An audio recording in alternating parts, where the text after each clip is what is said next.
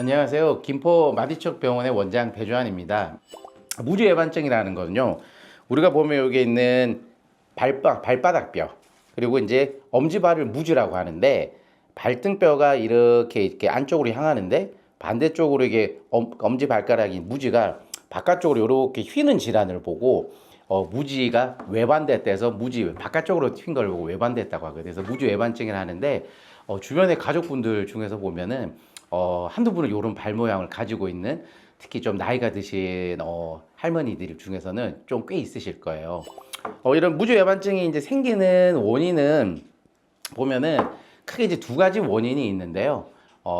첫 번째는 이제 내재적인 원인, 두 번째는 이제 외부적인 영향을 볼 수가 있는데, 보면은 사실 이게 특별한 원인 없이 이제 무주 외반증이 나이가 들면서 조금 진행하는 분들이 있어요.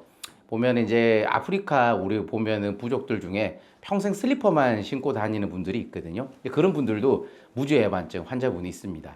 그래서 꼭 어떤 잘못을 해서 무주외반증이 생긴다 그렇게 볼 수는 없고요. 그리고 두 번째 원인은 여자분들이 보면 이제 굽이 좁은 앞이 좁으니까 하이힐이나 남자분들 중에서도 요새는 보면은 앞부분이 좁은 요런 신발을 신게 되면은 발이 요렇게 모아지게 되거든요. 그러면은 요게 역시 엄지발가락이 바깥쪽으로 휘어지게 되는 무주외반증을 일으키는 또 원인이 되게 됩니다. 무주외반증을 이제 생겼을 때 보면 이제 나타나는 증상은 초기에 아주 경미하게 휘어 있는 정도에는 대부분 환자분들은 이제 증상을 느끼지 못하시게 되고요. 그런 경우에는 사실 특별한 치료도 필요가 없는 상태가 되게 됩니다. 근데 각도가 이게 조금씩 늘어나게 되면서 한 30도 이상 이렇게 많이 휘게 되면은요, 첫 번째 발이 두 번째, 세 번째 발을 밀게 되고, 그러다 보면은 심한 분들 중에는 보면은 엄지발이 이렇게 두 번째 발가락 밑으로 들어가기도 하고, 그러다 보면은 이게 두 번째, 세 번째 발바닥 밑에 굳은 살이 좀 뱅기기도 하고, 지간신경종이라서 이게 신경이 눌리다 보니까 신경에 혹이 생기는 그런 질환이 합병이 되게 되면은요, 보행할 때도 많은 통증을 느끼시게 되고, 요 꺾이는 부분이 돌출이 되다 보니까 신발이 닿거나 요 부분이 이제 빨갛게 부어오르거나, 그래서 그 부위에 통증을 호소하시는 분들이 좀 진행이 된 분들이 있고, 그런 경우에는 병원에 와서 이제 족부 전문의에게 진료를 보시고 추후로 어떻게 좀 치료를 해야 되는지 한번 좀 고민해 보시면 되는데요. 우리가 초반에 근데 심하지 않을 때 할 수 있는 치료법으로는 오늘 제가 몇 가지 좀 알려드릴 건데요. 첫 번째는 아까 말씀드린 것처럼 나빠지는 원인을 피하는 게 제일 중요할 것 같아요. 그러니 하이힐이나 볼이 좁은 이런 구두 같은 거를 신는 거를 좀 삼가해 주시는 게 진행이 되는 거를 좀 막게 되거든요. 그리고 두 번째는 이게 이제 엄지발가락에, 그리고 엄지발가락이 이렇게 바깥쪽으로 휘어지다 보니까 평소에 우리가 할 수 있는 스트레칭 요법으로는 이거를 반대로 좀 할 수 있는 운동을 하면 좋거든요. 이런 식으로 해서 걸어서 이렇게 할 수 있는 치료법들이 있어요. 그러면은 제 손이 엄지발가락을 생각하면은 이런 고무줄이나 밴드 같은 걸 이용해서 하게 되면은 이렇게 휘어졌던 엄지발이 바깥쪽으로 이렇게 다시 조금 안쪽으로 돌아가게 되거든요. 이런 스트레칭을 한 번에 하면은 이렇게 힘주는 연습까지 하시면서 한 번에 하게 되면은 한 1분에서 2분 정도 버티시면서 하는 방법도 좀 도움이 되게 되고요. 그리고 우리 발가락을 이렇게 쭉 핀 상태에서 까치발을 이렇게 드는 거예요. 네, 이때 주의할 사항은 발가락을 구부린 채로 들게 되면은 아무 도움이 안 되게 됩니다. 종아리 힘만 들어가게 되니까 발가락을 쫙 이렇게 벌린 개구리 발처럼 벌린 상태에서 까치발로 들고 한 30초 정도 버텼다가 내려주시고, 버텼다가 내려줘서 하는 이런 운동을 하게 되면은 뭐라 그럴까, 이게 교정의 효과는 없지만은 이게 휘어지는 쪽에 방향으로 반대 방향으로 하는 운동이 되다 보니까 여기 진행하는 속도를 늦추거나, 그리고 무지외반증으로 인해서 나타나는 통증을 좀 줄여주는 데는 효과가 있는 거로 되어 있습니다.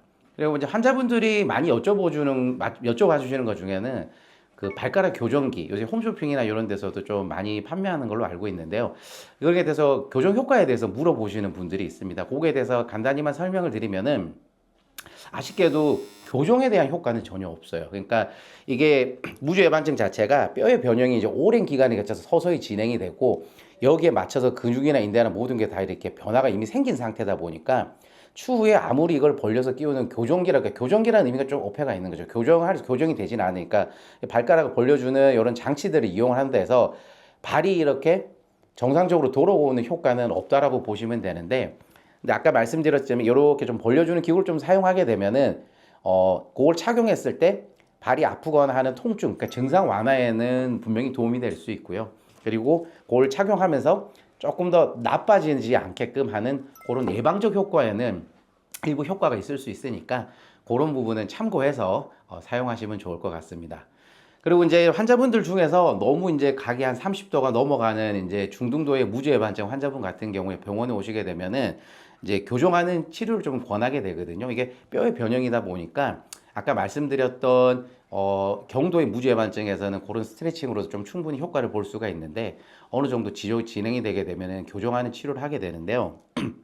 참 다행인 게 예전에는 이런 발을 이제 일자로 교정해 주기 위해서 보다 보면은 요런 좀 무서운 전기톱 같은 걸 좀 이용을 해서 이렇게 교정하는 치료를 주로 했거든요. 그러다 보니까 이런 이제 수술 기구가 들어갔을 정도로 상처도 좀 만들어야 되고 요런 해서 뭐 발은 예쁘게 교정이 되지만은 반대급부로 이제 발에 좀 상처가 남게 되는 그런 단점이 어쩔 수 없이 있었는데요.